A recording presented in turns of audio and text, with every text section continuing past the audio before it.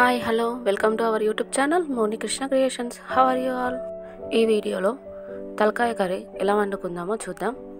ఈ కర్రీ చాలా టేస్టీగా ఉంటుంది. మా ఇంట్లో అయితే ఏ విధంగా వండుకుంటామో అలానే చూపిస్తున్నానండి. ఈ వీడియోను చివరి వరకు చూసి నచ్చితే తప్పకుండా like, share, subscribe and comment చేయడం మాత్రం మర్చిపోకండి.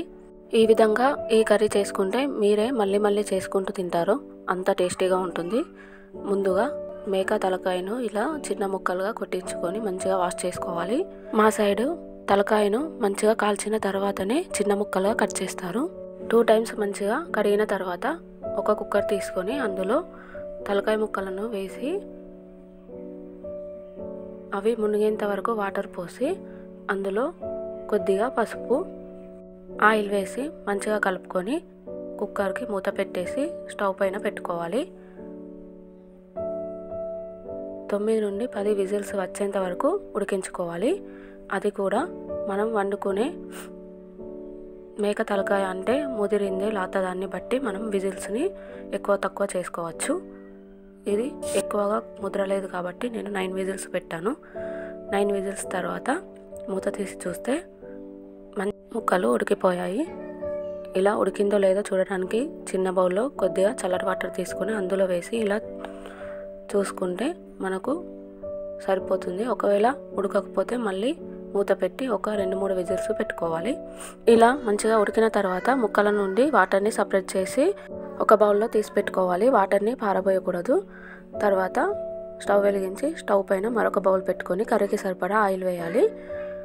ఆయిల్ వేడి కాగానే కొద్దిగా దాల్చిన చెక్క, లవంగాలు, యాలకులు, మిరియాలు, బిర్యానీ ఆకు, ఇవి మీ స్పైస్నెస్ బట్టి ఎక్కువ తక్కువ వేసేసుకోవచ్చు. తర్వాత చిన్నగా కట్ చేసుకున్న ఉల్లిపాయ ముక్కలు, అలాగే నిలువుగా కట్ చేసుకున్న పచ్చిమిర్చి ముక్కలు కూడా ఆయిల్లో వేసి మంచిగా ఫ్రై చేసుకోవాలి.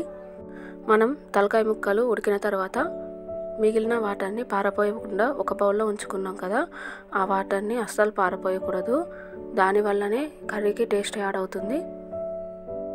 ఆయిల్లో పచ్చిమిర్చి ముక్కలు, ఉల్లిపాయ ముక్కలు కొద్దిగా వేగిన తర్వాత అల్లం వెల్లుల్లి పేస్ట్ కూడా వేసి మంచిగా వేయించుకోవాలి. ఇది కూడా ఆయిల్లో కొద్దిగా ఫ్రై కాగానే అందులో కర్రీకి సరిపడా పసుపు వేయాలి.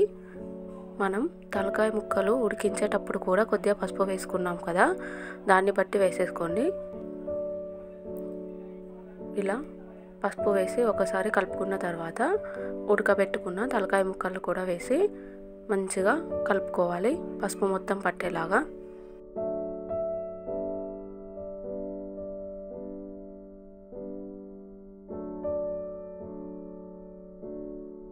ఇలా మంచిగా కలుపుకున్న తర్వాత మళ్ళీ కర్రీకి సరిపడా కారం కూడా వేసి మరొకసారి కలుపుకోవాలి. ఈ కర్రీలో కొద్దిగా కారం ఎక్కువగా ఉంటేనే టేస్ట్ బాగుంటుంది.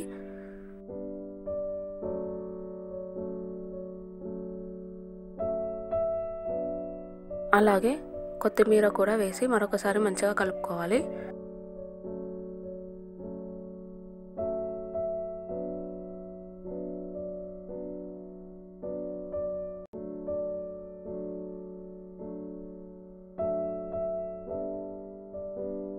ఇప్పుడు కర్రీకి సరిపడా సాల్ట్ వేసి మరొకసారి మంచిగా కలుపుకోవాలి. ఇలా అన్నీ కలిసే విధంగా మంచిగా కలుపుకున్న తర్వాత స్టవ్ పైన మూత పైన వాటర్ పోసి పెట్టుకోవాలి. దీనివల్ల కర్రీ అడుగంటకుండా ఉంటుంది. అలాగే కారం అనేది ముక్కలకు మంచిగా పట్టుకుంటుంది. ఒక 4 మినిట్స్ తర్వాత మూత తీసి మరొకసారి మంచిగా కలుపుకోవాలి.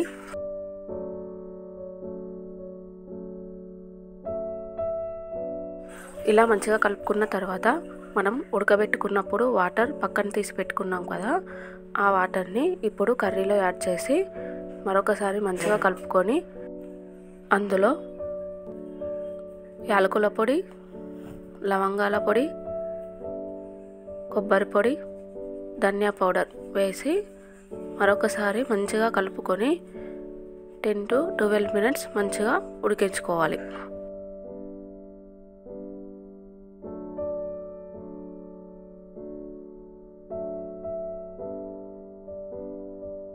ఇలా మంచిగా కలుపుకున్న తర్వాత మూత పెట్టుకోవాలి. వాటర్ పోసిన మూత కాకుండా నార్మల్గా మూత పెట్టేసుకొని ఇలా మంచిగా ఉడికించుకోవాలి. చూడండి ఎలా ఉడుకుతుందో. స్మెల్ అయితే చాలా బాగా వస్తుందండి ఇలా ఉడికేటప్పుడు. అంతే, కర్రీ రెడీ అయినట్టే. కర్రీ దించేస్తామనే ముందు ఇలా కొత్తిమీర చల్లుకొని ఒకసారి కలుపుకొని దించేయండి. అంతే, ఎంతో టేస్టీగా ఉండే తలకాయ కర్రీ రెడీ. వేడివేడి అన్నంలో సర్వ్ చేసుకుని తింటే చాలా టేస్టీగా ఉంటుంది. మీరు కూడా ఈ విధంగా ఒకసారి ట్రై చేయండి. ఈ వీడియో కనుక మీకు నచ్చితే తప్పకుండా like, share, subscribe and comment చేయడం మాత్రం మర్చిపోకండి. వీలైతే మీ ఫ్రెండ్స్కి, మీ బంధువులకి వీడియోని షేర్ చేయండి. ఈ ఛానల్లో ఎంతో రుచికరమైన చాలా రెసిపీస్ ఉన్నాయండి. అవన్నీ కూడా మా ఇంట్లో అయితే మేము ఎలా వండుకుంటామో అలానే వీడియో తీసి పెట్టానండి. అవి కూడా చూసి ఒక్క లైక్ చేయండి. Thank you so much.